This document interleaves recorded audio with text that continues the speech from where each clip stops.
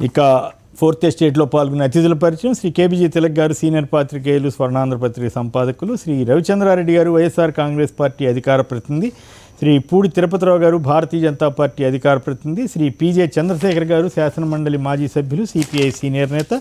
ఇక ఆంధ్రప్రదేశ్లో మళ్ళీ ఇసుక రాజకీయం సాగుతోందా? ఇసుక పేరుతో విష ప్రచారం చేయడానికి తెలుగుదేశం ప్రయత్నిస్తోందా? ఆ పార్టీకి చెందిన కొందరు చోటామోటా నాయకుల ఆరోపణలను ప్రముఖ పత్రికలు, తెలుగుదేశంకి మద్దతు ఇచ్చే ప్రముఖ పత్రికలు మొదటి పేజీలో పెట్టడం ద్వారా విష ప్రచారానికి జోరుగా సాగించాలని ప్రయత్నిస్తున్నాయా? గతంలో జరిగిన విషయాలు కానీ, అప్పట్లో జరిగిన మాఫియా కానీ వాటన్నిటి గురించి ప్రస్తావించకుండా ఇప్పుడు కొత్త స్కీము ద్వారా అసలు మొత్తం ఆదాయమే 950 కోట్లు అయితే ఏకంగా 2000 కోట్ల స్కామ్ జరుగుతుందంటూ ఆరోపణ చేయటం, వాటిని కొన్ని పత్రికలు ప్రముఖంగా ప్రచురించడం, ఇదంతా ఒక పెద్ద విషవలయంగా మారిందా? కొత్త ఇసుక విధానంలో ఏమైనా లోటుపాట్లు ఉన్నాయా? వీటన్నిటి మీద మనం చర్చించడానికి ముందుగా తిలక్ గారు మాట్లాడి, కొత్త విధానం ద్వారా ఒక కంపెనీకి టెండర్ ఇచ్చిన వెంటనే కొత్త ఆరోపణలు చేయడం ఎంతవరకు కరెక్టు? లేదు, కొత్త విధానంలో ఏమైనా లోటుపాట్లు ఉన్నాయా?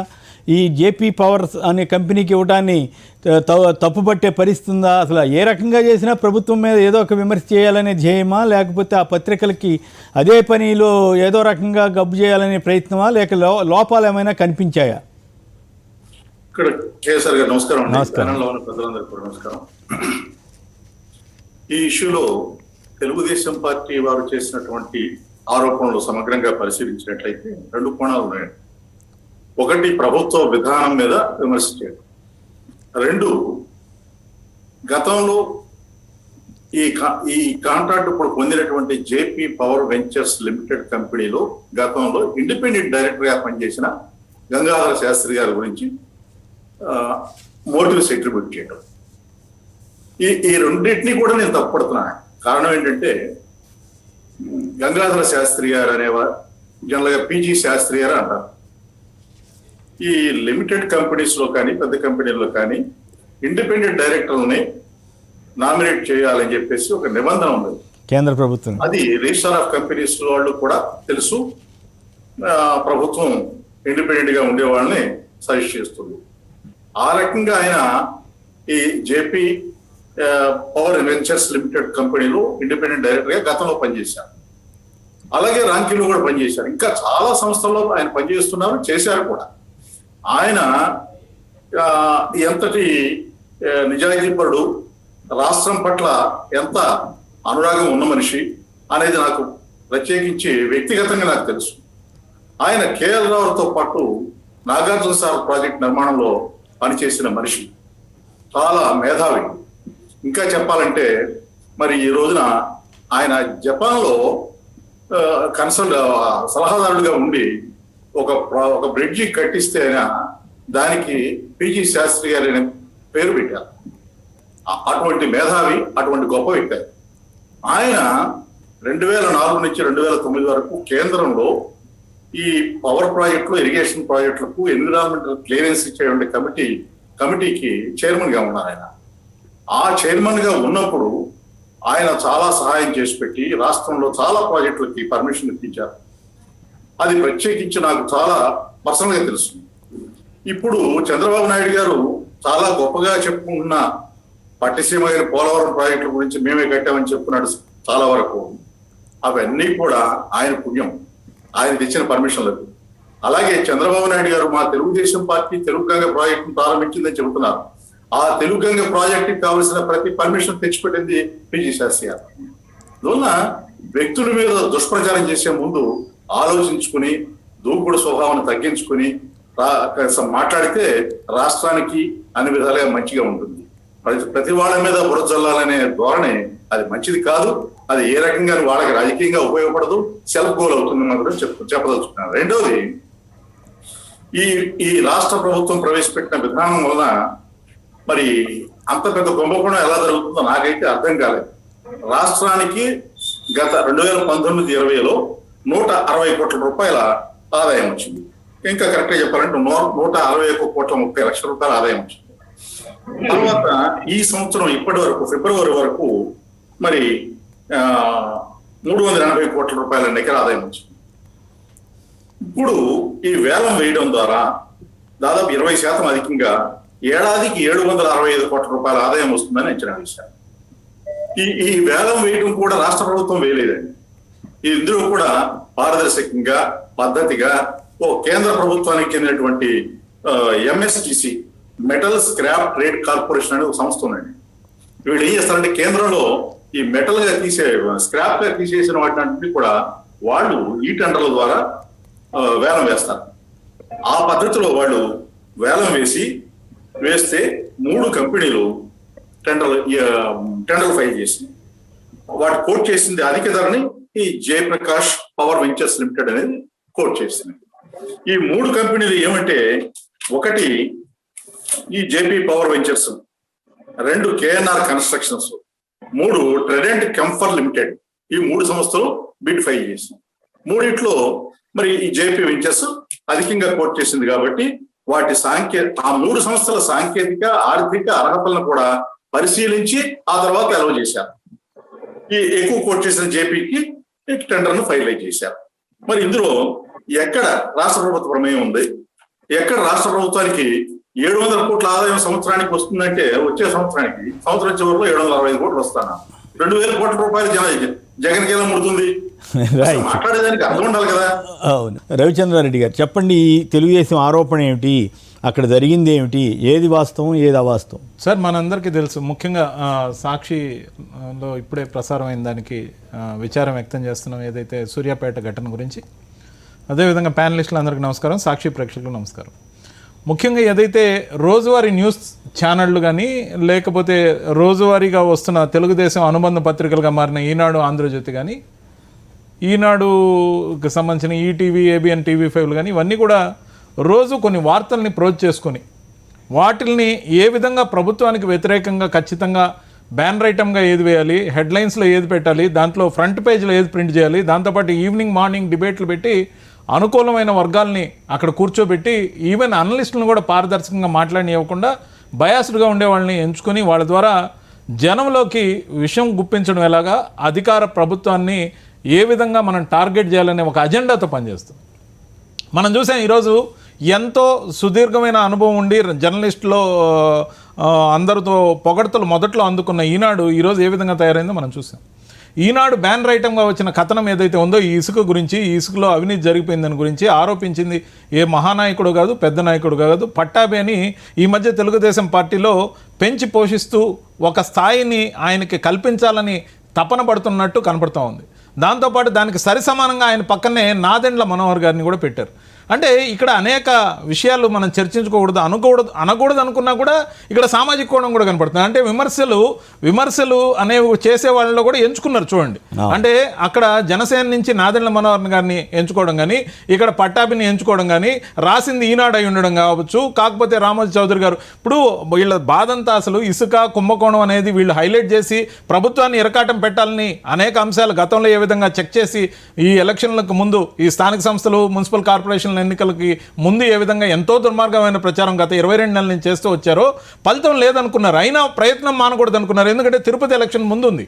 తిరుపతి ఎలక్షన్కి ముందు కూడా అంతో ఇంతో ఏదైతే గతంలో ఇసుక సరైన సమయానికి అందనప్పుడు ఏదైతే ఆరోపణలు గుప్పించామో వాటి మీద తిరిగి ఆరోపణలు చేద్దాం. కాబట్టి భవన నిర్మాణ కార్మికులని అదని ఇదని ఒక అంశం ఈ మధ్య గత వారం రోజులుగా వార్తలు లేక పలసపడ్డారు సార్. ఏమైందంటే ఎప్పుడైతే ఎలక్షన్ రిజల్ట్ వచ్చిందో 14వ తేదీ తర్వాత చెప్పుకోవడానికి ఏం వార్తలు మిగలలేదు. కాబట్టి దీన్ని ఒక అంశంగా తీసుకున్నారు. సరే, లోతుకు పోతే ఈ అంశంలో ఉన్న ప్రస్తావన ఏంటంటే, ఇసుక మీద అవినీతి జరిగిపోతుంది అన్నట్టు చేసిన ఆరోపణలు ఏదైతే ఉందో దానికి ఇచ్చిన ఇంపార్టెన్స్ గురించి చెప్పాను ఆల్రెడీ. కానీ దాంట్లో అంత విషయం లేదు. విషయం ఏంటంటే, తీసుకున్నది ప్రభుత్వం చర్యలు పారదర్శకంగా ఉండడం కోసం తీసుకున్న చర్య ఏంటంటే, ఇది ముఖ్యంగా MSTC అంటే మెటల్ స్క్రాప్ ట్రేడింగ్ కార్పొరేషన్ దానికి సంబంధించి 3 బిడ్డర్స్, ఇప్పుడే తిలక్ గారు చెప్పారు, 3 బిడ్డర్స్ పోటీ పడితే దాంట్లో ఎక్కువ ఎవరైతే కోట్ చేశారో మెట్రిక్ టన్నుకి 475 రూపాయలు ప్రభుత్వానికి చెల్లించే విధంగా, అంటే 475 రూపాయలు కోట్ చేసినప్పటికీ అక్షరాల 475 రూపాయలు పర్ మెట్రిక్ టన్కి వాళ్ళు రిసీవ్ చేసుకున్న మరుక్షణం 375 రూపాయలు ప్రభుత్వ ఖజానాలో జమ అయిపోతాయి. 100 రూపాయలు మెయింటెనెన్స్ అండ్ హ్యాండిలింగ్ కోసం మాత్రమే వాళ్ళకి పోతాయి. దాంతోపాటు ఆ సంస్థకి 120 కోట్ల రూపాయల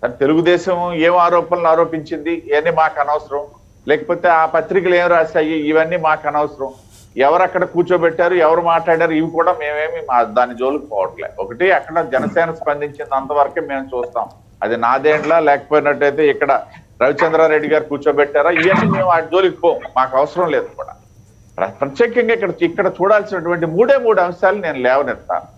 ఈ ఖచ్చితంగా ఏదైనా ఒక కొత్త విధానం వచ్చేటప్పుడు అది ఖచ్చితంగా పారదర్శకంగా వెళ్తూ ప్రజలకు మేలు చూకూర్చే విధంగా ఉండాలి అనేది అందరూ కోరుకుంటారు.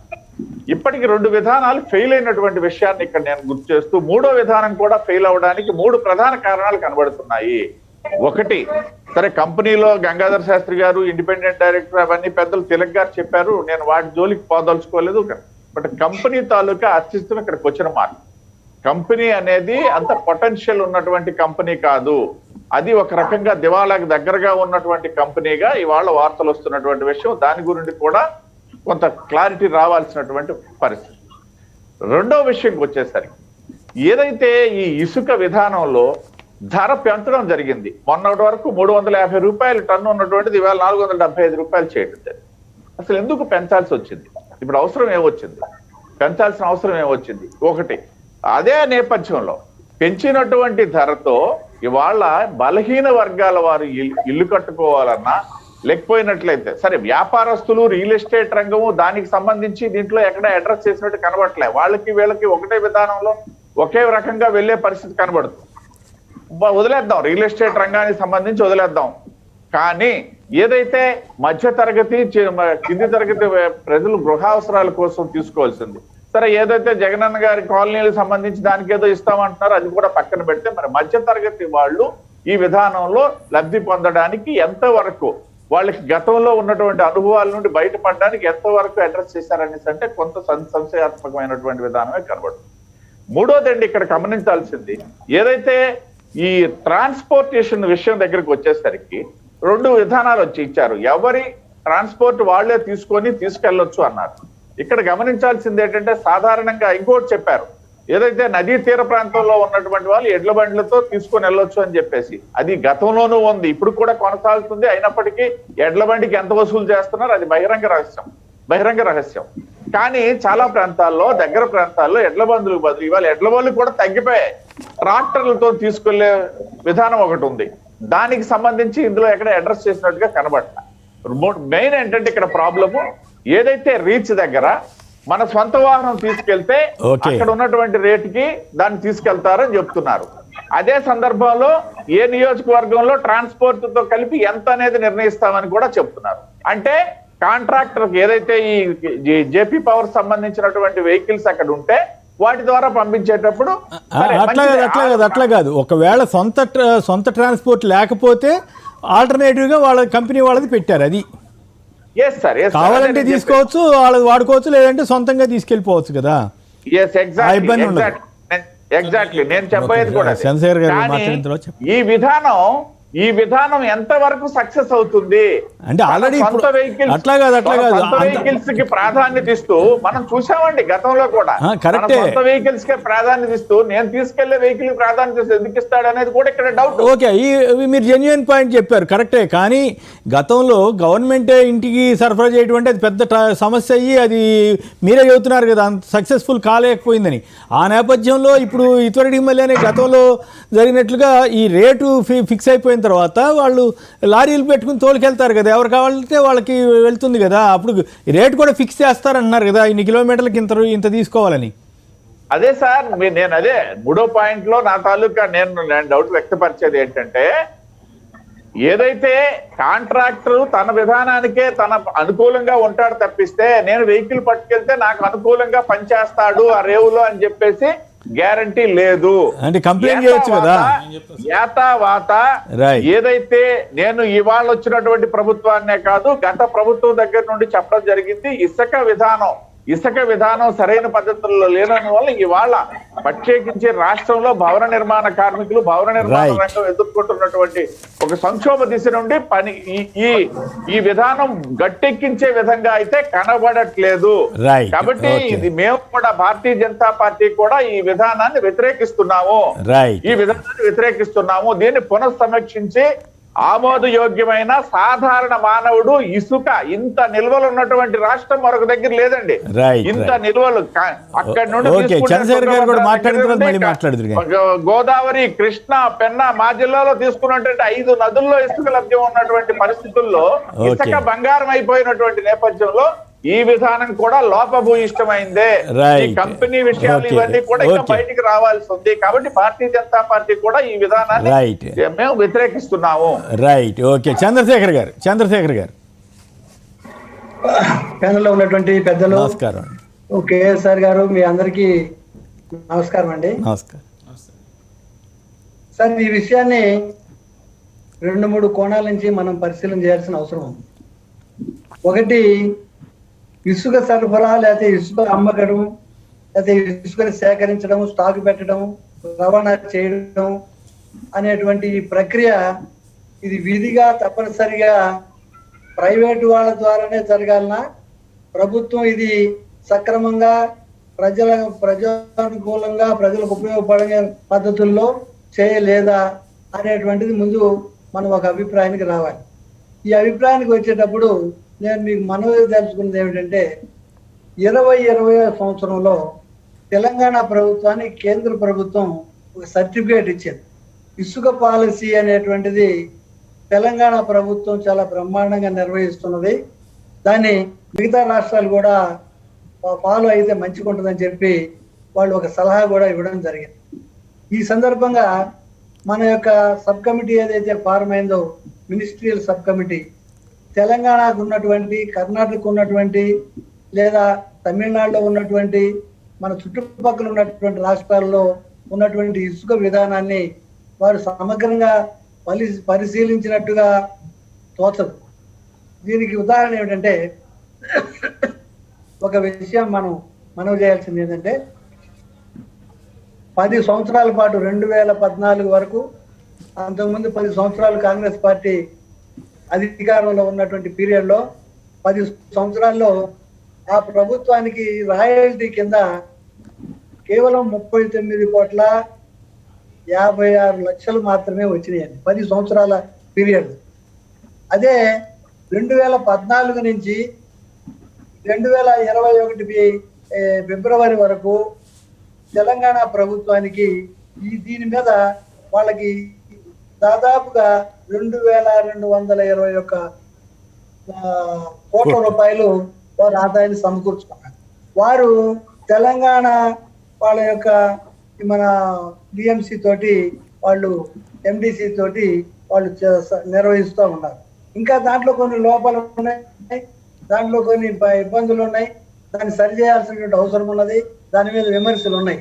కానీ మన ఆంధ్రప్రదేశ్ రాష్ట్రానికి వచ్చేసరికి దీని వ్యవహారం మొత్తం కనుక మనం చూసినట్టయితే, ఇంతకుముందు పెద్దలు చెప్పినట్టుగానే 2 సార్లు ఇసుక పాలసీని ఇప్పుడు నూతనంగా వచ్చినటువంటి వైఎస్ఆర్ కాంగ్రెస్ ప్రభుత్వం ప్రకటించి ఈ రెండింటినీ కూడా సక్రమంగా అమలు చేయడంలో కానీ, ప్రజలకు అనుకూలమైనటువంటి ధరల్లో సమయానికి అందుబాటులో పెట్టడంలో కానీ సక్సెస్ కాలేకపోయినటువంటి విషయాన్ని ప్రభుత్వమే ఆమోదించి ఒక కొత్త విధానాన్ని రూపొందించి మన శుక్రవారం నాడు వాళ్ళు ప్రకటించడం జరిగింది. ఓకే, అయితే దీనివలన ప్రజలకి ఇసుక తక్కువగా వచ్చే అవకాశం ఉందా, తక్కువ ధరకు వచ్చే అవకాశం ఉందంటే లేదని అర్థమవుతుంది. టన్నుకి 375 రూపాయలు ఉన్న ఇసుకని ఎగ్జామ్న ఒకేసారి 475 రూపాయలకి వీరే పెంచడం. మీరేమనుకోకపోతే చంద్రశేఖర్ గారు, మీరేమనుకోకపోతే ఓ ప్రశ్న, హైదరాబాద్లో ఎంత అమ్ముతున్నారో తెలుసా మీకు? మీరు చాలా ఇక్కడ బ్రహ్మాండంగా ఉందని చెప్పారు కదా, హైదరాబాద్లో ఎంత అమ్ముతున్నారు? గద్వాల దగ్గర మాఫియాలు ఏం చేసినాయి అంటే, ఇక్కడ బాగోలేదని నేను అంటలా, కానీ ఏ ప్రభుత్వంలో అయినా సరే, ఏ రాష్ట్రంలో అయినా సరే కొన్ని సమస్యలు ఉంటాయని చెప్పడానికి. అక్కడ సిరిసిల్ల దగ్గర ఏం జరిగిందో మీకు తెలుసు కదా, ఎంత గందరగోళం అయిందో. ఇవేమి మీ దృష్టికి రాలేదా? కేవలం ఏపీలో మాత్రమే జరుగుతున్న అట్లాంటివి ఏమైనా జరిగినాయా కనీసం? సార్, ఇప్పుడు ఆ ఆరోపణలు ఏదైతే ఇసుకకు సంబంధించినటువంటి విషయాలు ఉన్నాయో, ఆ లారీలతోటి మనుషులను గుర్తి చంపినటువంటి ఘటనలో సిరిసిల్ల, జగిత్యాల ప్రాంతంలో, ఈ గోదావరి పరివాహక ప్రాంతంలో జరిగినటువంటి ఘటనలు అవన్నీ మనకి తెలుసు. వాటి గురించినటువంటి చరిత్రలోకి వాటిలోకి మేము పోదలుచుకోలేదు. కాదు మీరు సర్టిఫికేట్ ఇచ్చారు కదా. కాదు మీరు తెలంగాణకు సర్టిఫికేట్ ఇచ్చారు, నాకు అంతవరకు అభ్యంతరం లేదు. కానీ రేటు గురించి వచ్చినప్పుడు హైదరాబాద్లో ఎంత రేటు ఉందో మీరు ఒకసారి తెలుసుకుని మాట్లాడితే బాగుంటుందని నా ఉద్దేశం. నేను ఇవ్వలేదండి. వాళ్ళు ఇచ్చారు, వాళ్ళు ఇచ్చిన దాన్ని మీరు ధృవీకరిస్తున్నారు కదా. ప్రభుత్వం ఇచ్చినటువంటి సర్టిఫికేట్ ని, ఓకే, కేంద్ర ప్రభుత్వం ఇచ్చినటువంటి రిమార్క్స్ ని, కేంద్ర ప్రభుత్వం ఇచ్చినటువంటి సలహాని ఈ సందర్భంగా గుర్తు చేస్తున్నాను అంతే. ఓకే, సంతోషం. కేంద్ర ప్రభుత్వం మీద మీకు అంత నమ్మకం ఏర్పడినందుకు, కేంద్ర ప్రభుత్వం మీద అంత నమ్మకం ఏర్పడినందుకు అభినందించాలి. ఇసుక లారీ 1000 రూపాయల దగ్గర నుంచి 1700 రూపాయల దగ్గర నుంచి ప్రస్తుతం 3000 రూపాయలకి హైదరాబాద్ లో అమ్మకం జరుగుతున్నది. 3000 రూపాయలకి? అంత తేలిగ్గా, అంత తక్కువ ధరక?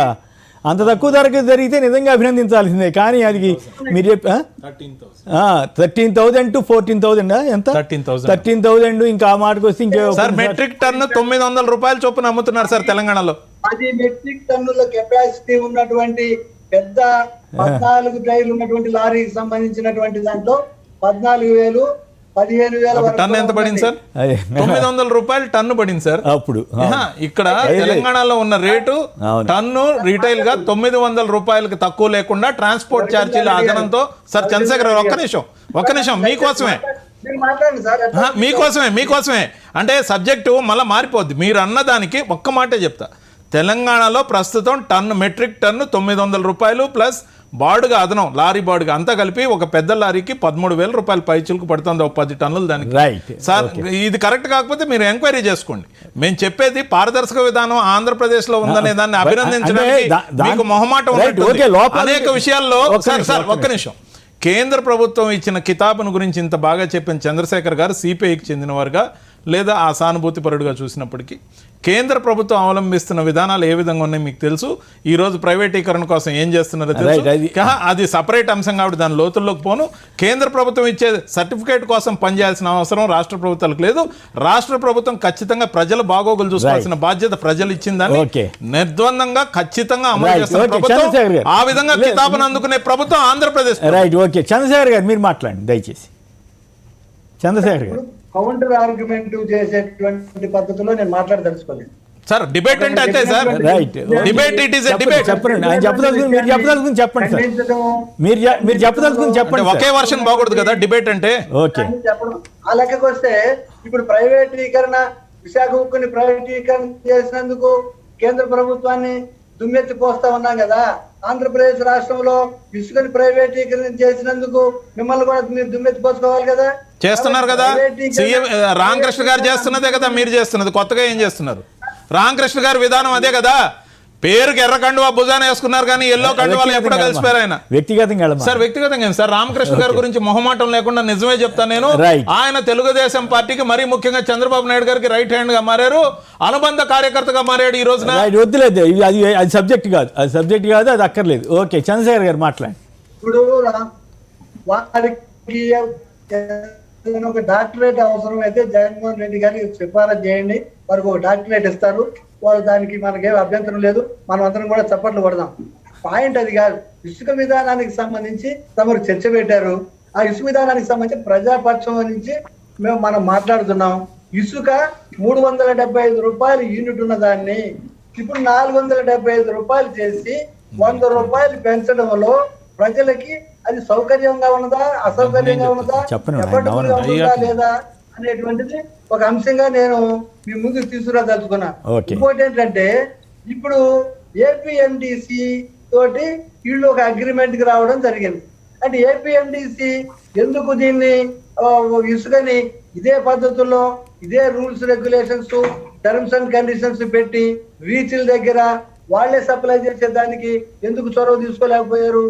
అంటే ఏపీఎండిసి అనేటువంటిది అంత సమర్థత కలిగినటువంటిది కాదు అని చెప్పేసి ప్రభుత్వ రంగాన్ని ఆ రకంగా మనం తక్కువ చేయడం కరెక్ట్ అనేటువంటిది కూడా మనం చేస్తున్నాం.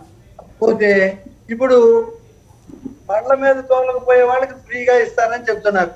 ఇప్పుడు దూరాన్ని పట్టేసి సొంతంగా తీసుకుపోయే వాళ్ళు కానీ లేదా వాళ్ళ రీచ్ దగ్గర ఉండేటువంటి ఆ కంపెనీకి సంబంధించిన వాళ్ళు కానీ ట్రాన్స్పోర్ట్ ఏర్పాటు చేస్తారని చెప్తున్నారు.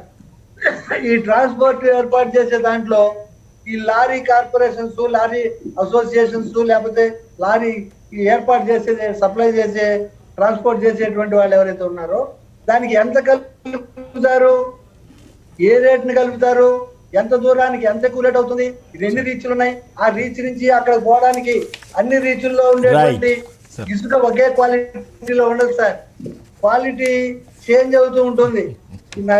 నదీ గర్భంలోకి పోయే కొందికి, నదీ గర్భం నుంచి బయటకు వచ్చే కొందికి ఇసుక యొక్క క్వాలిటీలో తేడా వస్తుంది. ఏ క్వాలిటీ ఇసుకకి క్వాలిటీని ప్రభుత్వం అయితే చంద్రశేఖర్ గారు ఓకే, చంద్రశేఖర్ గారు ఒక్క విషయం చెప్పండి. ఇప్పుడు తెలుగుదేశం వారు మొత్తం వీళ్ళు గవర్నమెంట్ చెబుతుంది 950 కోట్ల ఆదాయం, దాంట్లో 700 వాళ్ళకి ప్రైవేట్ వాళ్ళు నిర్వహించడానికి పోను మిగతాది 750 ఎంత వస్తుంది, దానికి 2000 కోట్ల కుంభకోణం అని చెప్తున్నారు కదా, అటువంటి వాటిని మనం సమర్థించవచ్చు. తెలుగుదేశం పార్టీకి అసలు ఆ రకమైనటువంటి అవకాశం లేదండి.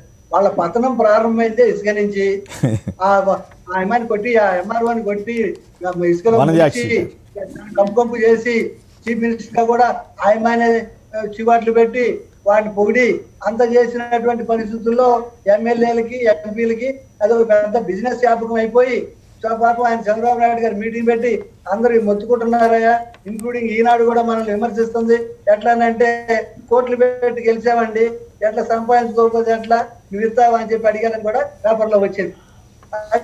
అదే పరిస్థితి ఇప్పుడు కూడా అదే స్థాయిలో కాకపోయినా కొద్ది స్థాయిలోనైనా సరే ఇప్పుడు కూడా కొనసాగుతున్నటువంటి క్రమంలో ఎవరైతే ప్రజలకు అందవలసినటువంటి ఇసుక ఏదైతే ఉన్నదో దొరకకుండా ఉన్నటువంటి నేపథ్యంలో మన ముఖ్యమంత్రి గారు దాని మీద 2 సార్లు అయినా సరే కమిటీలను వేసి పరిశీలన చేసి ఒక సదుద్దేశంతో ఆయన ఉండొచ్చు. కానీ పాలసీకి సంబంధించినటువంటి విధి విధానాలకు సంబంధించిన దాంట్లో పబ్లిక్ సెక్టర్ లో ఉన్నటువంటి ఏపీఎంసీని పక్కన పెట్టి ఆల్రెడీ చెప్పారు కదా, అది రెండవది వినియోగదారుడికి సంబంధించినటువంటి అందుబాటులోకి సంబంధించినటువంటి అనేక వాటిలో గ్యాప్స్ ఉన్నాయి.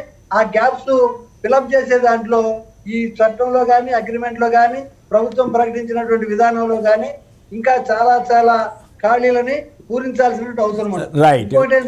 పద్ధతి ఇట్లా ఇష్యూస్ చెప్పడం కరెక్ట్. చంద్రశేఖర్ గారు మీరు ఇష్యూస్ చెప్తున్నారు, బాగుంది.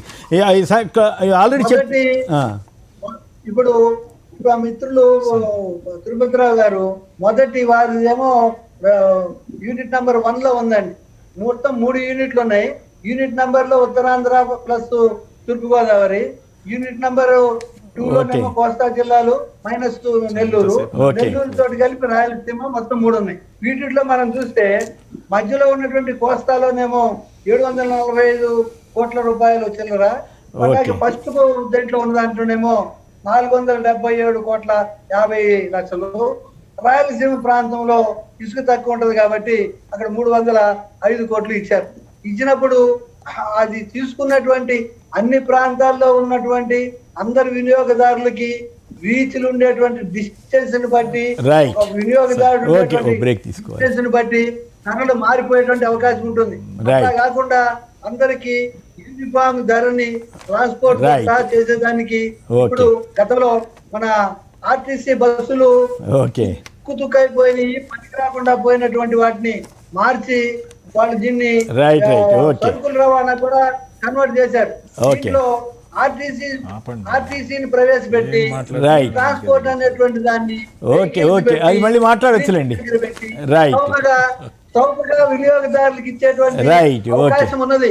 రవి గారు వాళ్ళిద్దరూ చేసిన వ్యాఖ్యలపై మీ సమాధానం చెప్పండి సార్. చంద్రశేఖర్ గారు ఏదైతే ఆరోపణలు చేశారో వాటిని నిర్ణయాత్మకంగా చెప్పాల్సిన కొన్ని అంశాలు ఉన్నాయి. ప్రభుత్వం తీసుకున్న ఈ చర్య పారదర్శకత కోసం కాల్ సెంటర్ 14500 నంబర్ ఇవ్వడం జరిగింది. ఎక్కడ అధిక ధరకు అమ్మినా కాల్ సెంటర్కి ఫోన్ చేసి ఫిర్యాదు చేయొచ్చు ఒకటి. ఇకపోతే ట్రాన్స్పోర్ట్ విధానం సొంత ట్రాన్స్పోర్ట్తోని వాళ్ళు తీసుకెళ్లొచ్చు అనే విధానాన్ని తీసుకురావడంతో పాటు ఖచ్చితంగా మెట్రిక్ టన్ 475 రూపాయలు ఏదైతే పెట్టామో ఆ 475 రూపాయల విషయం చెప్పే ముందు వాళ్ళ దగ్గర ట్రాన్స్పోర్ట్ లేనప్పుడు వేరే ట్రాన్స్పోర్ట్ ఏదైతే ఉందో ఆ ట్రాన్స్పోర్ట్ అక్కడ స్టాండ్ ఉంటుందే కానీ ఆ స్టాండ్ ఒక ప్రీపెయిడ్ స్టాండ్ లాగా ఉంటుంది. మన రైల్వే స్టేషన్ ఎదురుగుండా ప్రతి ఒక్కరికి సొంత కారు ఉండాల్సిన అవసరం లేదు, సొంత ఆటో ఉండాల్సిన అవసరం లేదు.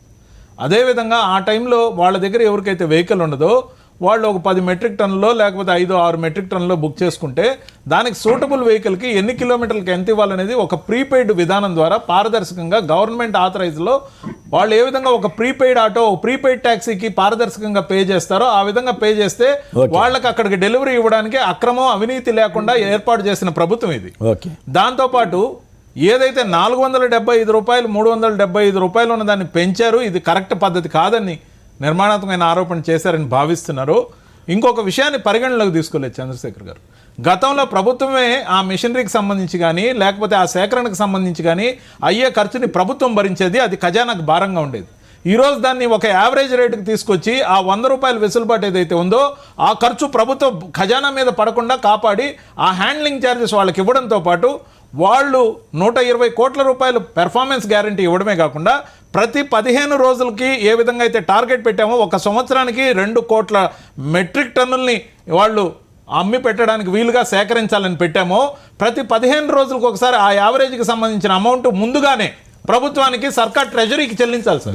ప్రతి 15 రోజులకి ఒకసారి ముందుగానే చెల్లించాలి, అమ్మిన తర్వాత కాదు సార్. ఆ యావరేజ్ ప్రకారం చెల్లించాలి, వాస్తవ గణాంకాలని అటు ఇటుగా ఉంటే తర్వాత కట్టాలి. ఇంతేకాకుండా ఏదైతే నిర్మాణాత్మకంగా తీసుకునే ఈ చర్యతో ఎవరు నష్టపోకుండా సొంతదారులుగా చిన్న చిన్న పనులు చేసుకునే వాళ్ళకి ఎడ్ల పనుల ద్వారా ఈ రోజు కూడా ఇవ్వడానికి గ్రామ సచివాలయాల ద్వారా కూపన్లు ఇస్తున్న ప్రభుత్వం. అంతేకాదు ప్రభుత్వ పథకాలన్నిటికీ కూడా ఉచితంగా ఇసుక అందజేస్తున్న ప్రభుత్వం. ఎక్కడా కూడా పేదవాడి మీద భారం పడకుండా కాపాడుతున్న ప్రభుత్వం. ఖచ్చితంగా నిర్మాణాత్మకంగా ఆదాయ వనరుగా దీన్ని ప్రభుత్వ ఖజానాకి చేరుస్తున్న ప్రభుత్వం. అంతేకాదు చింతమనేని ప్రభాకర్ గారు ఎప్పుడైతే వనజాక్షి మీద దాడి చేస్తే దాన్ని సాక్షాత్ ముఖ్యమంత్రిగా పంచాయతీ చేశారు చంద్రబాబు నాయుడు గారు. ఎన్జీటీతో 100 కోట్లు ఫైన్ వేయించుకొని కృష్ణా నది గర్భంలోకి వెళ్ళి బోట్ల ద్వారా కూడా ఇసుకను కొల్లగొట్టిన గన్ను వాళ్ళు. అలాంటి ప్రభుత్వం కాదు సార్ ఇది. ఇది వైఎస్ఆర్సీపీ ప్రభుత్వం, వైఎస్ జగన్మోహన్ రెడ్డి గారి ప్రభుత్వం. రైట్. తిలక్ గారు ఈ ముగ్గురి మా వాదనల మీద మీ ఫైనల్ కామెంట్ చెప్పండి, టైం అయిపోయింది. ఇప్పుడు మీరు చర్చ పెట్టింది బుర్ర జరుగుతున్నారు స్కామ్ మీద, అది పోయింది, విధానం మీద చర్చ జరిగింది. సరే పోనీ ఇది కూడా మంచిదే వదిలేసి. నేను గమనించింది ఏంటంటే విధానం మీద చర్చలో ప్రభుత్వ విధానంలో పలానా లోపాలు ఉన్నాయని చెప్పారు తప్ప ఎవరు కూడా నిర్దిష్టమైన సలహాలు ఇవ్వలేదు. నేను వ్యక్తిగతంగా ఎవరు తీసుకోవద్దండి, నేను విధానం మీద మాట్లాడుతున్నాను. ఈ విధానం మీద సలహాలు నిర్దిష్టంగా ప్రతి పార్టీ కూడా ఒక రిపోర్ట్ తయారు చేసి ఇదిగో ఈ పద్ధతిలో చేస్తే బాగుంటుంది అనేది ఇస్తే సముచితంగా ఉంటుందని నేను అనుకుంటున్నాను. రెండోది ఇంకో మాట చెప్తాను, ఇసుక అనేది తయారు చేసేది కాదండి. నదుల్లో ఇసుక రావడానికి ఇసుక తయారు కావడానికి కొన్ని సంవత్సరాలు పడుతుంది. అది ఈ రోజున ఉంది కాబట్టి దాన్ని ఇష్టారాజ్యంగా వాడేస్తాం అనేది అది కరెక్ట్ కాదు. తర్వాత రేటు విషయం మనం మాట్లాడతాం. మనం ఇల్లు కట్టడానికి ఒక ఇసుక మాత్రమే సరిపోదు. కంకర తెచ్చుకోవడానికి మనం రేటు అడుగుతున్నామా, ఇటుకరాయికి రేట్ అడుగుతున్నామా, సిమెంట్కి రేట్ అడుగుతున్నామా, లేబర్ ఛార్జీ రేట్ అడుగుతున్నామా? ఒక ఇసుక దగ్గర ఈ ప్రభుత్వం మీద ఎందుకు ఈ మాట అంటున్నారు అనేది నాకు అర్థం కాని విషయం. రెండోది, ఈ రాష్ట్రంలో దాదాపు 1,40,00,000 కుటుంబాలు ఉద్యోగంగా సబ్జెక్ట్ కరెక్షన్ ఉన్నాయనుకుంటే దాదాపు 31 లక్షల మందికి మొన్న ఇళ్ల స్థలాలు లేవని ఇస్తామని చెప్పారు. వాళ్ళు ఇల్లు కడతామన్నారు. వాళ్ళకి ఇసుక కూడా ప్రభుత్వమే సప్లై చేస్తుంది అన్నారు. కాబట్టి వాళ్ళకి సమస్య లేదు, పేదవాళ్ళకి. మరి మధ్యతరగతి వాళ్ళకి ప్రభుత్వం నిర్ణయించిన ధరల ప్రకారం ఇస్తారు. దాని ట్రాన్స్పోర్టేషన్ అంటారా? ఇటుక, కంకర, సిమెంట్ తెచ్చుకోవడానికి ట్రాన్స్పోర్టేషన్ కడుతున్నామా? ఇల్లు కట్టుకోవాలంటే ఒక ఇసుక దగ్గరే మనం పట్టుబడుతున్నాం. అంటే ఇది గవర్నమెంట్ ఇన్వాల్వ్ ఉండేసరికి అందరం డిమాండ్ చేస్తుంటాం. అది ఊరికే మనమే చెబుతాం, మళ్ళీ గవర్నమెంట్ అసలు ఆదాయమే లేదు, అప్పులు చేస్తుందని మళ్ళీ మనమే తిడుతుంటాం. ఇక అదంతా ఆల్ ఇన్ ది గేమ్ అయిపోయింది. తిరుపతిరావు గారు మీరు ఏమైనా సలహా ఇస్తారా? లేదండి, తిలక్ గారు అడుగుతున్నట్టుగా సలహా ఏమైనా ఇస్తారా తిరుపతిరావు గారు? ఒక పాయింట్ అండి కేసీఆర్ గారు, ఒక్క నిమిషం చెప్పండి, టైం అయిపోతుంది చెప్పండి. ఇప్పుడు మనం 100 రూపాయలు రేటు పెంచారు అనే మాట వచ్చింది. నేనేమంటానంటే ప్రతి నెల 100 రూపాయలు గ్యాస్ పెరుగుతుందండి. గ్యాస్ అనేది ఒక సెక్షన్ కాదు, దాదాపు కొన్ని కోట్ల మంది వాడుతున్నారు. పెట్రోల్ డీజిల్ కూడా బాగా పెరిగిపోయింది. ఇది కమర్షియల్ గా వాడేది, ఇది మనం భరించడం తప్పదు. బియ్యం రేటు పెరిగితే మనం అడుగుతున్నామా? కూరగాయల రేట్లు పెరిగితే అడుగుతున్నామా? ఈ ప్రభుత్వాలు పట్టించుకున్నాయా? తిరుపతిరావు గారు మీరు సలహా ఇస్తారా? సప్లై అవుతుందా లేదా, ఇసుక అందుబాటులో ఉందా లేదా అనేది ఫెయిల్ అవుతుంది అన్నారు. ఇంకో సంస్థ, ఆ సంస్థ దివాళా అనేది పిటిషన్ వేస్తే రిజిస్ట్రార్ ఆఫ్ కంపెనీస్ వాళ్ళు ఈ బిడ్స్ లో పార్టిసిపేట్ చేయడానికి అలౌ చేయరు. రైట్. రెండోది Okay. కేంద్ర ప్రభుత్వ సంస్థ కూడా ఈ బిడ్స్ లో ఈ టెండర్లు పిలిచిన వాడు కూడా అలౌ చేయరు. రైట్. నష్టాల్లో ఉండడం వేరు, దివాళా చేయడం వేరు. Right. ఈ రెండింటిని కలగలిపేసి తెలుగుదేశం వారు ఆరోపణ చేస్తున్నారు. Right. కరెక్ట్ కాదు కదా. రైట్. తిలక్ గారు, రవిచంద్రారెడ్డి గారు, తిరుపతిరావు గారు, చంద్రశేఖర్ గారు అందరికీ కూడా ధన్యవాదాలు. ఇది నేటి ఫోర్త్ ఎస్టేట్ కార్యక్రమం. నమస్కారం.